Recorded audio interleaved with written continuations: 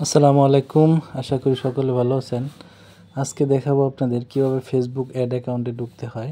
তো আমরা প্রথমে ফেসবুক লগ ইন করে নিব। ফেসবুক লগ ইন করার পরে দুইটা ওইতে আপনার ঢোকা যায়, ফেসবুক অ্যাড অ্যাকাউন্টে ঢোকা যায়।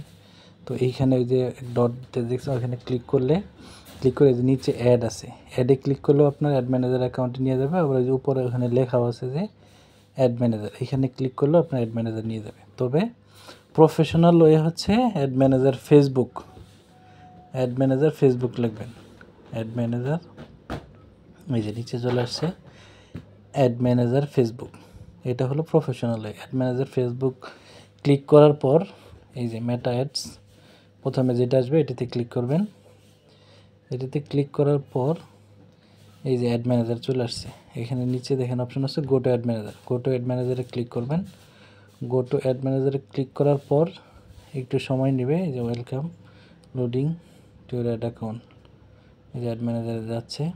এই যে দেখেন এইখানে খেয়াল করে দেখেন, এখানে কিন্তু একদম ব্ল্যাঙ্ক, ঠিক আছে, এখানে কিচ্ছু নাই। মজার বিষয় হলো এইখানে হলো এটা আমার হলো পার্সোনাল অ্যাকাউন্ট, ঠিক আছে। এই যে এখানে ড্রপ ডাউন আছে দেখেন, এখানে এটা হলো আমার পার্সোনাল অ্যাড অ্যাকাউন্ট, যেখানে এটাতে কোনো অ্যাডই করি না। এই যে যেটা রফিকুল লেখা যেটা, এটা হলো আমার অ্যাড ম্যানেজার অ্যাকাউন্ট।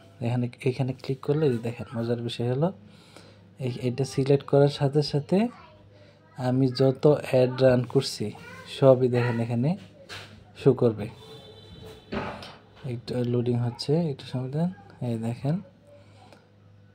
এই যে অলরেডি আমার দুইটা অ্যাডস রান আছে, ঠিক আছে, অ্যাক্টিভ আছে, দুইটা অ্যাডস অ্যাক্টিভ আছে।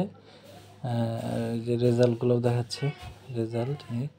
তো এইখানে আমার অসংখ্য মানে অ্যাড রান করেছি, আমি অ্যাড রান করা আছে। তো আপনাদেরকে আজকে প্রাথমিক ধারণা দিচ্ছি, পরবর্তীতে কীভাবে অ্যাড রান করতে হয় সেটাও ইনশাল্লাহ দেখাবো। আর এই অ্যাড ম্যানেজার থেকে আমার প্রায় $1300 অ্যাড রান করেছি আমি। তো এই অ্যাডগুলো কীভাবে রান করতে হয়, রিচের জন্য মানে এঙ্গেজমেন্টের জন্য কীভাবে অ্যাড রান করতে হয়, ফেসবুক পেজ ফলোয়ারের জন্য কীভাবে করা হয়, সবই দেখাবো ইনশাআল্লাহ।